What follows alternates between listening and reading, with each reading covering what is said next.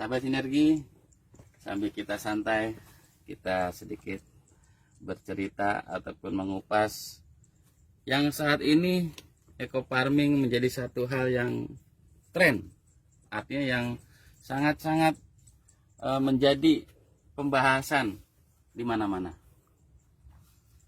Kita tahu bahwa eco farming, kebetulan saya bawa juga, sengaja saya kemana-mana bawa. Aduh, banyak nih. Saya sedikit cerita tentang eco farming ya.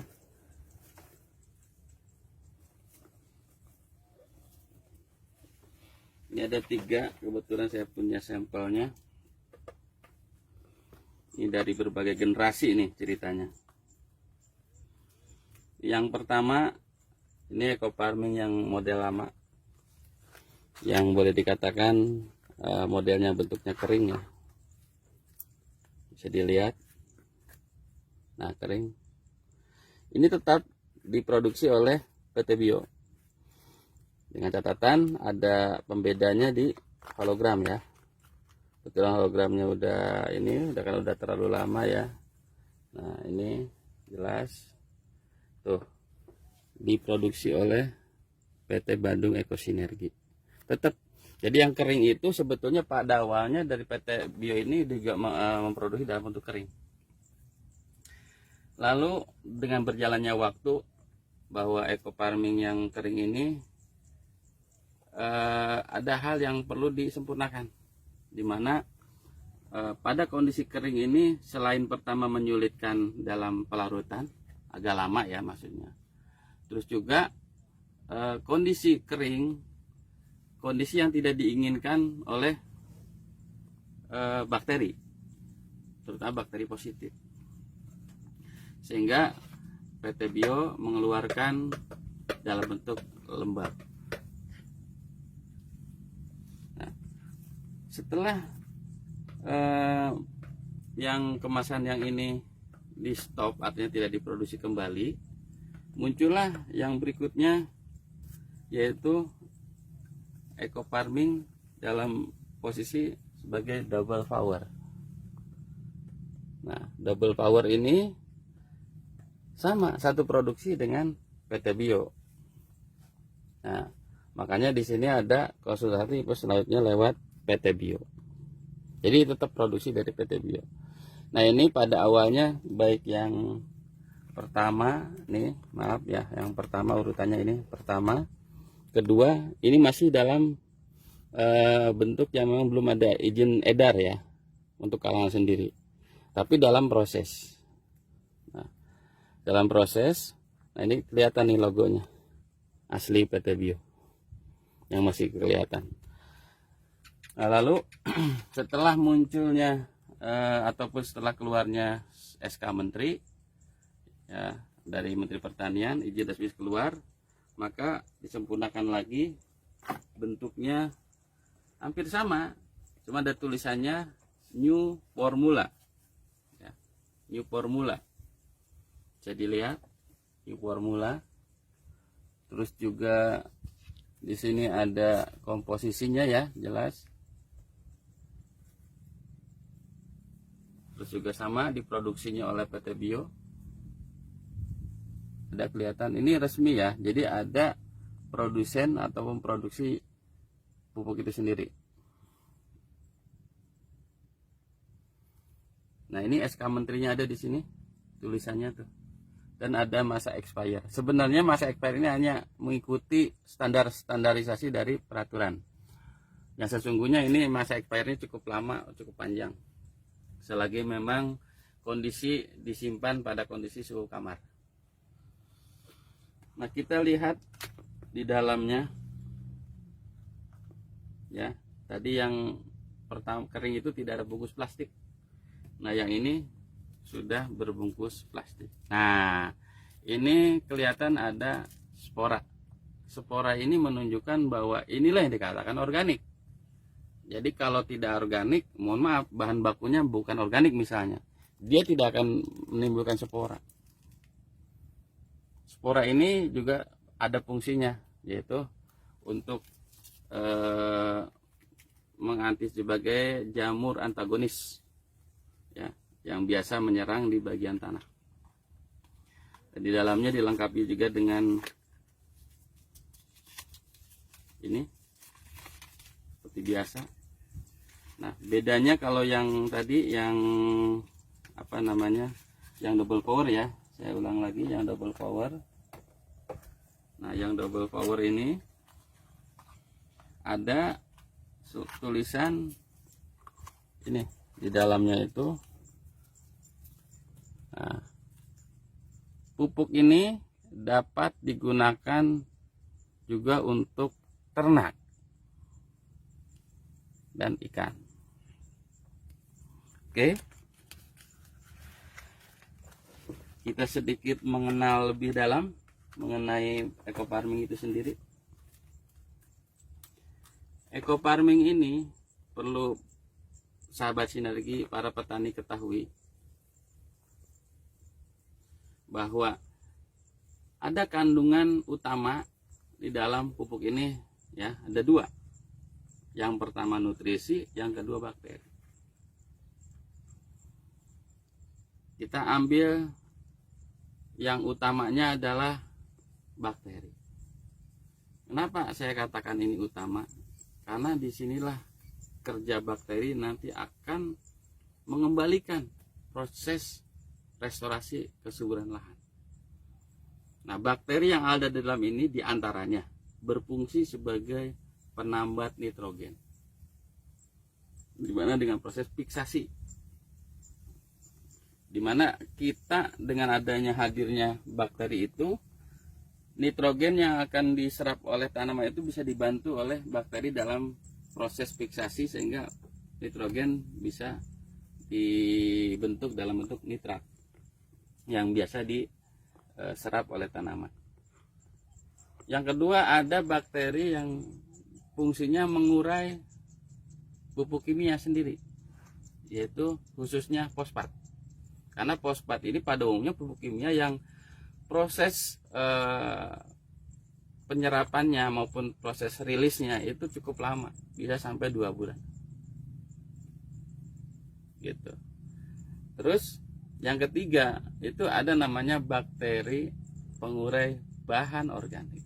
Nah, berkaitan dengan bahan organik ini, tentunya ini berkaitan dengan pola yang sudah berlaku di umumnya petani nih. Kadang-kadang rasanya malas untuk menambahkan bahan organik semacam kayak kotoran hewan, bahkan jerami-jerami seperti padi ini setelah dipanen dibakar begitu saja. Padahal itu jangan dibakar. Baiknya dipangkas, diratakan, nanti setelah itu ketika ada air kita semprotkan dengan ini juga. Nah, ini fungsinya untuk pelapukan. Nanti dekomposisasinya di situ. Nah, kenapa saya katakan ini pupuk ekofarming ini merupakan sasaran utama adalah tanah? Karena selama ini seringkali yang namanya pupuk untuk tanah itu kurang disentuh. Kebanyakan pupuk tanamannya saja. Nah, disinilah perbedaannya. Nah, yang kedua, bagian daripada fungsi utama ekofarming ya, yang tadi kan sebagai restorasi lahan. Yang kedua, mengandung nutrisi. Nutrisinya ada 13 macam, dikelompok menjadi 3. Yang pertama ada namanya pupuk makroprimer. Apa saja pupuk makroprimer itu? Satu yang dikatakan nitrogen. Yang kedua ada fosfat. Yang ketiga kalium. Petani sering mengenal namanya NPK. NPK macam-macam ininya, mereknya. Ada Fosca, ada Mutiara, ada Yara dan sebagainya. Nah, yang jelas NPK itu termasuk tergolong pupuk yang paling dasar dan penting digunakan. Makanya petani pada umumnya menggunakan jenis NPK. Ada NPK yang komposisinya 16-16, ada yang 30-68, ada yang 17-25 dan sebagainya. Banyaklah perbandingannya. Nah, itu di sini sudah ada NPK-nya. Lalu berapa komposisinya? Bisa dilihat tadi ada di komposisinya. Ini N total ini menggambarkan ininya apa, kandungan nitrogen. Terus P2O5 ini juga sama P-nya. Terus K2O juga ini juga sama NPK-nya ada. Nah, yang lainnya seperti pupuk makro sekundernya ya, 3 juga. Ada kalsium, ada magnesium, ada sulfur. Ini juga petani sering digunakan biasanya, yang sudah paham petaninya, yang sudah sedikit banyak mengerti tentang bagaimana menyuburkan tanah, yaitu diantaranya menggunakan dolomit. Nah, dolomit itu kandungan utamanya adalah kalsium dan magnesium. Di sini sudah ada. Dan yang ketiga, kelompok yang kecil tapi penting. Justru inilah yang membedakan, ibarat dalam makanan itu seleranya nanti. Jadi hara mikronya itu ada 7. Maaf salah hitung, 7. Satu, kita urai nih. Ada yang namanya boron. Ya, kita boron. Yang kedua ada namanya besi, ya, Fe. Ada mangan, ada molibdenum. Ada lagi tembaga, kuprum. Ada zinc itu seng. Yang terakhir klor. Nah, klor ini biasanya lebih banyak dikenal di umumnya sebagai konsumsi sehari-hari itu garam. Garam itu kandungannya adalah natrium klorida. Nah, di sini juga ada kloridanya. Kalau zaman dulu ada istilah KCl, itu berarti gabungan antara kalium dan klorida. Nah, sekarang sudah jarang ya petani menggunakan. Kenapa? Karena pupuk itu sudah tidak disubsidi. Petani lebih sering menggunakan pupuk yang subsidi. Kenapa? Karena murahnya.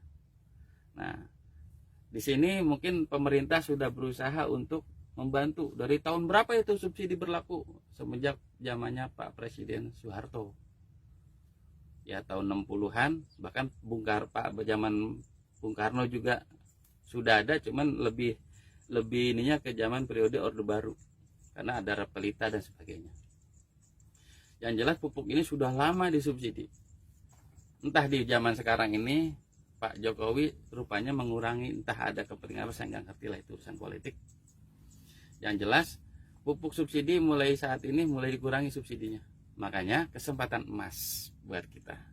Tawarkan, berikan solusi para petani bahwa ada pupuk yang sudah lengkap. Ada NPK-nya, ada dolomitnya, ada unsur mikronya, bahkan ada bakteri sebagai perbaikan untuk lahan-lahannya. Ini pupuk yang udah kelas yang paling tinggi, atau dikatakan pupuk hayati. Kenapa saya katakan pupuk hayati? Karena ada dalam makhluk hidup di dalamnya. Baiklah, sahabat sinergi, para petani Indonesia, berkaitan dengan produk pupuk, ya, tidak hanya eco farming, pupuk lainnya pun sama. Ketika itu dipasarkan ke publik, itu mesti ada izin edar. Jadi ini mohon perhatian nih kepada para sahabat sinergi, tolong untuk memasarkan kita perhatikan ada izin edar.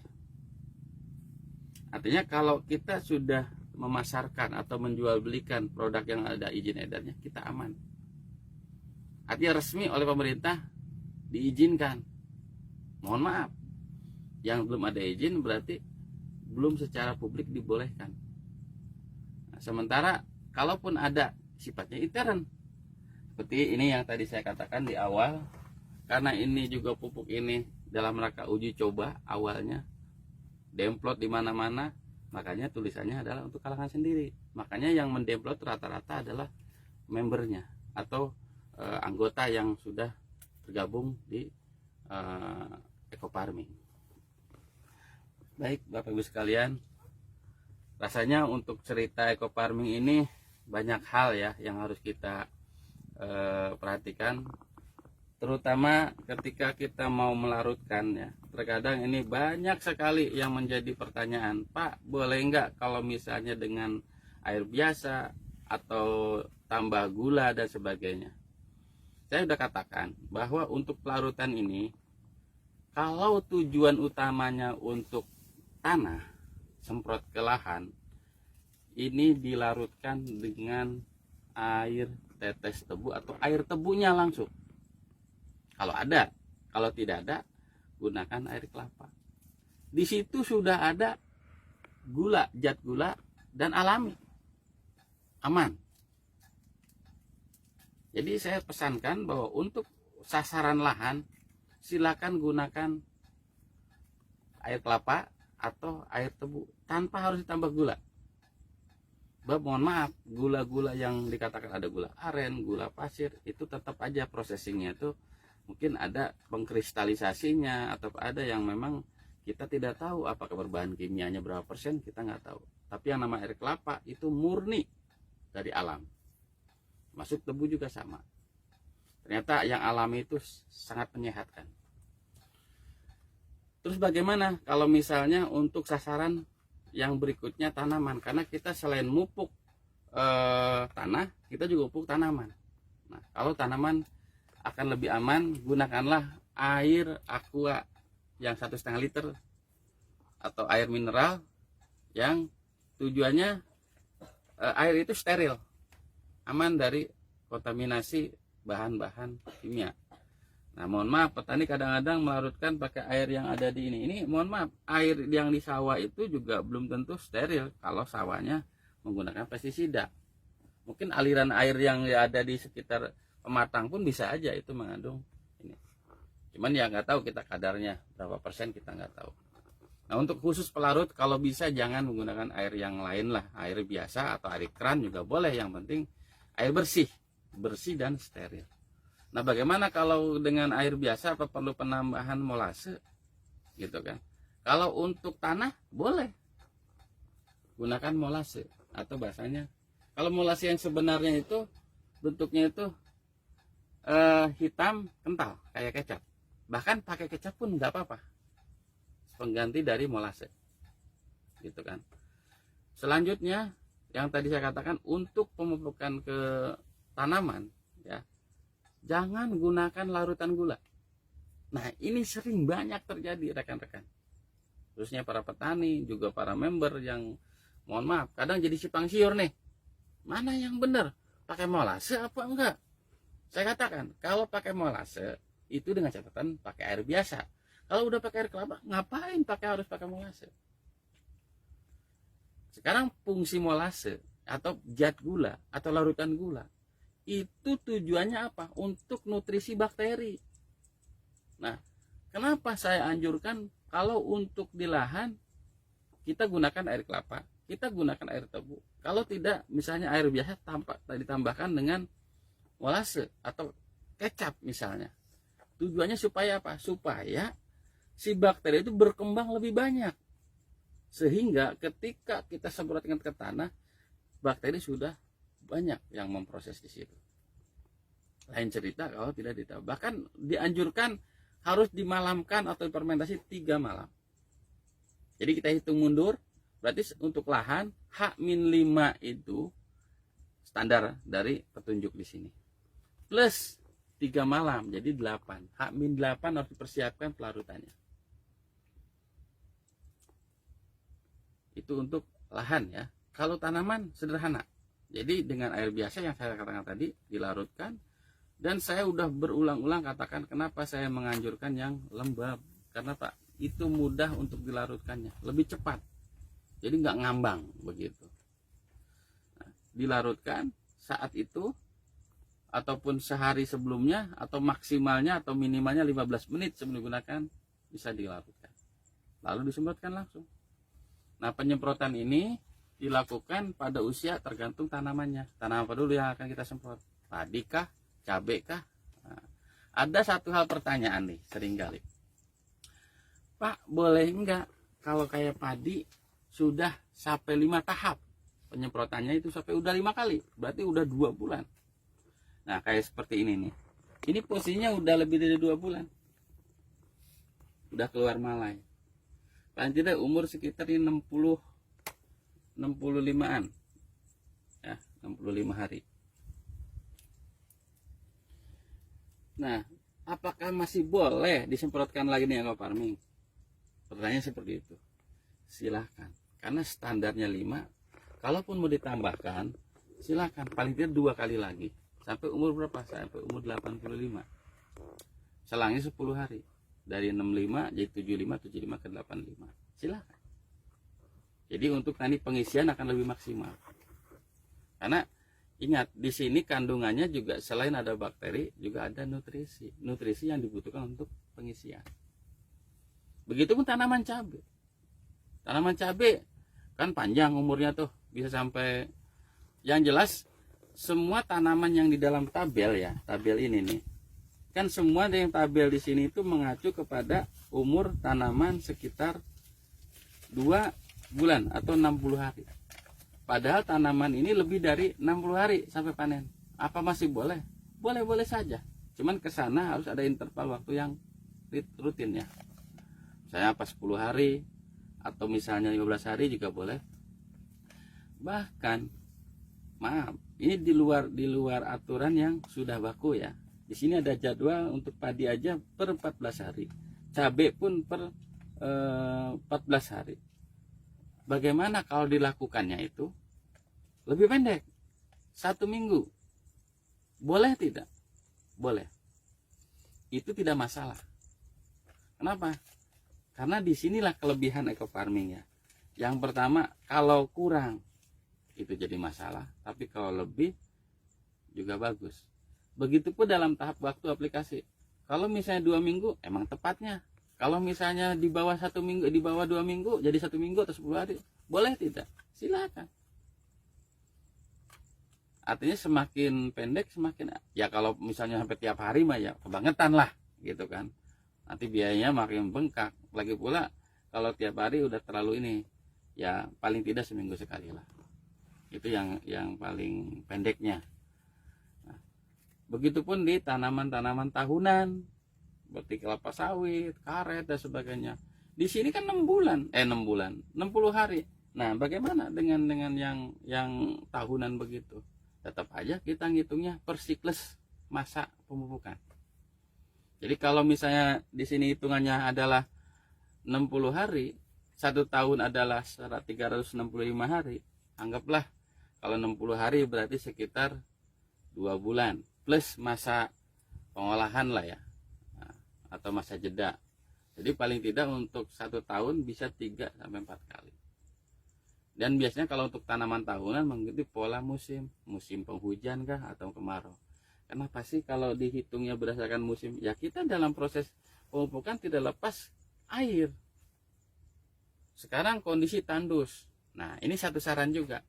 Misalnya di tanaman perkebunan ataupun di tanaman sayuran, kondisi ekstrim, hujan jarang, terus di situ banyak tanaman-tanaman yang mulai layu dan mulai ya kritis lah.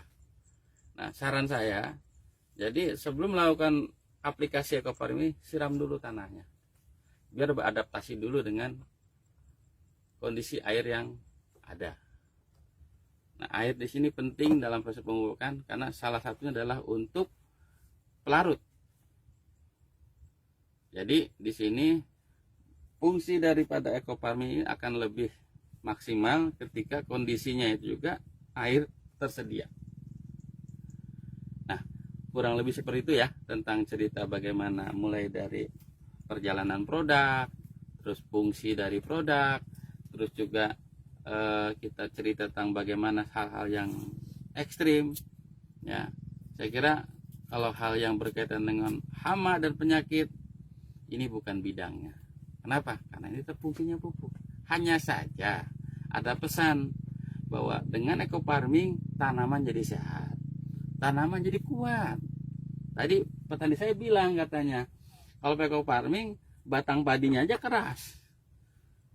Banyak yang membuktikan selain dia tidak roboh, kalau ketika ada kena angin angin hujan kayak gitu juga. Jadi ketika ada hama juga, terutama hama penghisap ataupun penusuk, dia akan tidak betah di situ. Nah, makanya fungsi daripada eco farming di sini dalam rangka menstabilkan ataupun menyeimbangkan nutrisi tanaman sehingga tanaman itu menjadi sehat, imunitasnya kuat. Insya Allah hama yang ada tidak menjadikan tanaman kita menjadi fatal. Mohon maaf ketika terjadi mungkin mitra bisnis atau mitra sinergi atau para petani kok pakai eco farming gagal panen lah. Mungkin ada satu hal yang harus diteliti, kenapa terjadi demikian. Dan saya sering mendapati beberapa yang komplain ke saya, ternyata kesalahannya adalah tadi yang saya katakan, pakai larutan gula untuk sasaran tanaman, padahal gula itu tidak ada efek buat tanaman, justru menjadi perekat. Kalau kena sinar jadi dia akan lengket, akan menutup stomata. Oke, kita itu saja dulu bahasan kami, karena memang ini waktunya juga udah agak menjelang siang.